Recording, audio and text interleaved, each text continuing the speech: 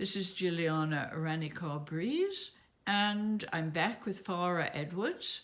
She doesn't look like an Edwards, but anyway. Tell me how you met your husband, Tim. And when was that? It was in 1999, and I was involved with working on a book which was called Five Past Midnight in Bhopal, and it is written by Dominique Lapierre and Xavier Moreau. And that was the first time I'd actually gone around the area where the gas affected communities are. And I'd been invited for the 15th anniversary of the Bhopal Gas. Of course, I don't know about Bhopal Gas. Bhopal There Gas. was an explosion. Yes, there was a leakage of gas in 1984, and it's already been 35 years, and it was a terrible disaster.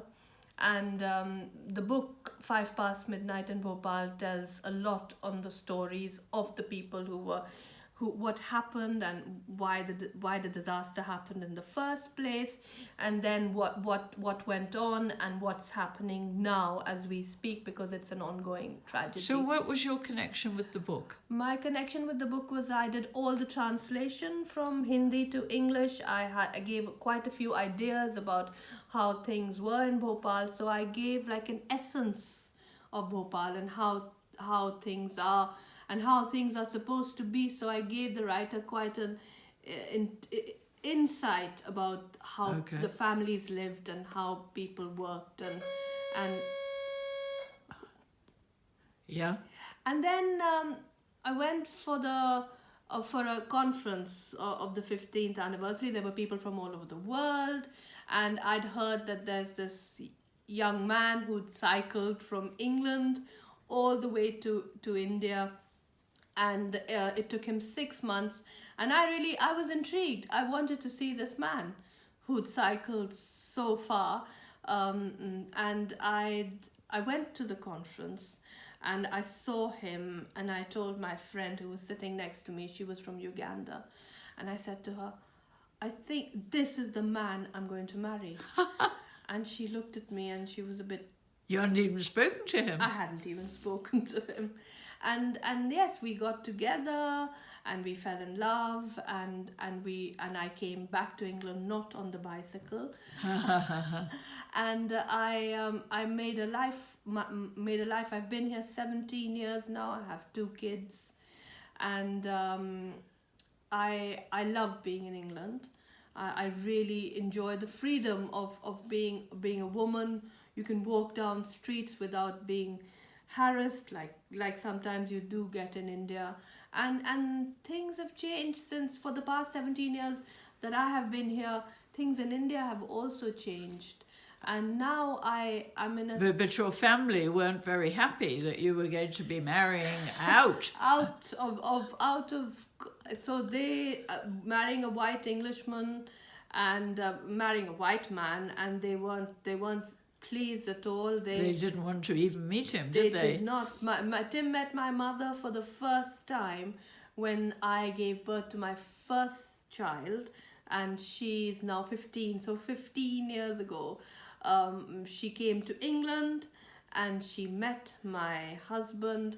And that was okay? And it was passé. She was still not sure, and then now I think after 17 years of Tim and me being together, they have accepted that he is a part of the family. So it takes time.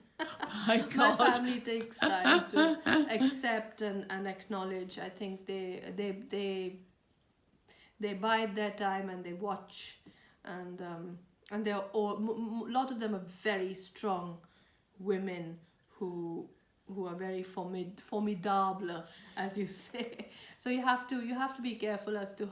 You have to mind your P's and Q's in front of them. And what about your children? They've been to Bhopal? They have. We go every year. Yes. And how do they like it? They used to love it at first, but now they're very Brighton kids. So they're going through a different phase where they finding their identities here. Yeah. And where children go through those phases, they love it, and then they're finding their identities in Brighton, and then they'll eventually, I'm sure of it, when they are older, they will want to find their roots. How old are they now? My daughter's 15 and my son is 12. Okay. And your husband? My husband Tim, he works for the charity Bhopal Medical Appeal. He's a managing trustee, and he's also doing all the adverts for Bhopal to raise awareness and money, and we run the charity. I am a volunteer, and Tim helps with a team of people. We work for the charity and the people of Bhopal. In Brighton. Yeah. The charity is based in Brighton. It's in the lanes. Yes. And Good heavens. we support 2 clinics which are based in Bhopal, near the factory where the accident happened in 1984. The factory is one of the clinics support people who are affected by the gas, and they were the people who are still chronically ill. And the second clinic is to support little children. That is called Chingari, which means spark, and the children who are affected who are born to gas affected parents, and they have a lot of problems. And that's, we give those children food once a day, because as you know, children from such impoverished backgrounds do not get proper food, quality food every day, because their parents are everyday laborers, and if they earn, they eat. So we provide food for about 200 to 300 children every day. Wow. And all this is free. The clinics are free for the people who are affected by the gas. So who gives donations? The people of this country. It is all crowdfunded. Uh-huh. We do not take any corporate donations. It's all from the generosity of people's hearts. Uh-huh.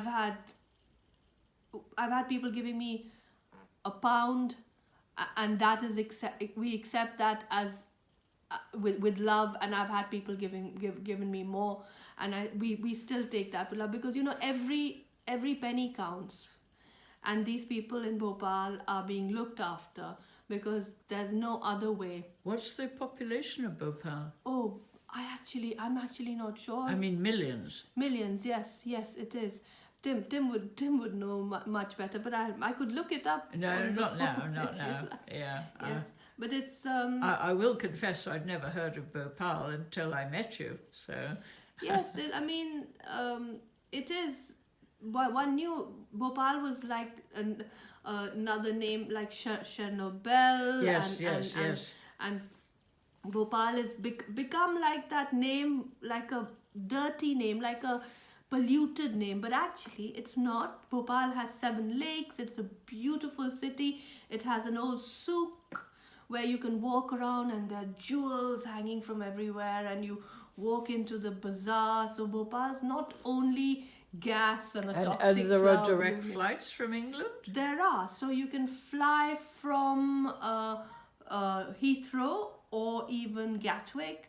The only flights that go from Gatwick are the Dubai, the Emirates.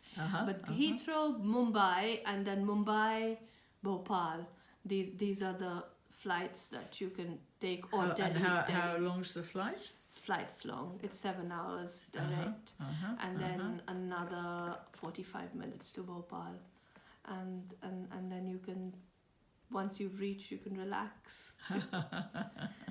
Food is amazing. I'm sure. Very, very great food, and there's also the people, the hospitality, the love, and it's all genuine. There's no kind of, because there are not many foreigners who pass by in Bhopal, so whoever comes is welcome with open arms.